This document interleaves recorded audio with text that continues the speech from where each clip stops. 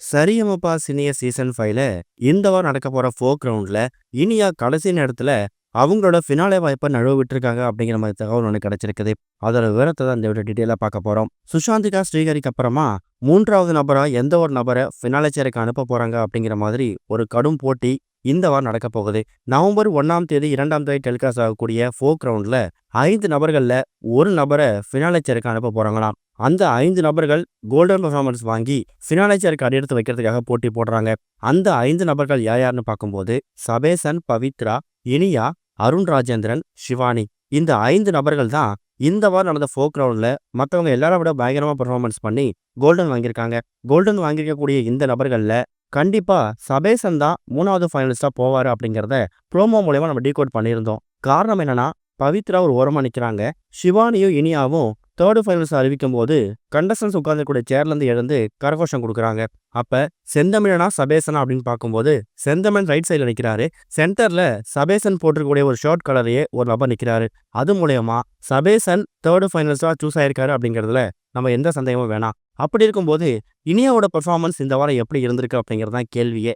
இனியா எல்லா வாரங்களும் கோல்டன் வாங்கியிருக்காங்க அப்படின்னு சொல்ல முடியாது. இந்த சீசன் 5 ஆரம்பித்து கிட்டத்தட்ட 24 வாரங்கள் நம்ம கடந்து வந்துட்டோம். இந்த 24 வாரங்கள்ல அவங்க கோல்டன் வாங்கின வாரங்கள் தான் கம்மி. போன வாரம் இனியா சூப்பரா பெர்ஃபார்மன்ஸ் பண்ணியிருந்தாங்க.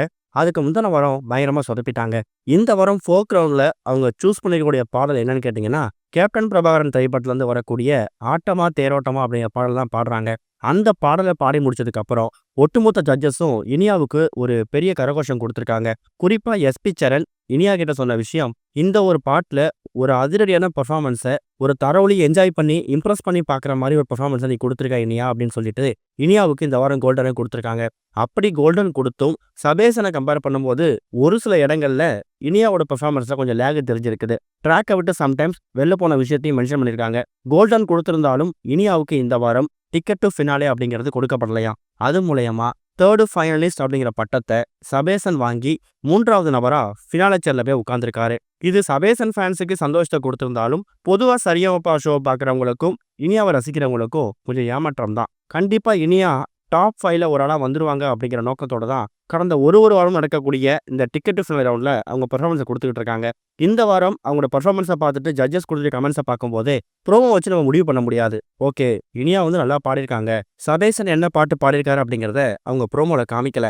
ஷிவானி, இனியா, பவித்ரா, அருண் ராஜேந்திரன், சபேசன் இந்த 5 நபர்களுமே ஃபினாலே ரேஸுக்கு மோதினாலும் இனியா கோல்டன் வாங்கியிருந்தாலும் கடைசி நேரத்தில் அவங்களுக்கு அந்த ஃபினாலே அப்படிங்கிற வாய்ப்பு கை நழுவி போயிருக்குதாம். மீதம் இருக்கக்கூடிய 2 வாரங்கள் தான் இனியாவுக்கு இருக்கக்கூடிய வாரங்கள்.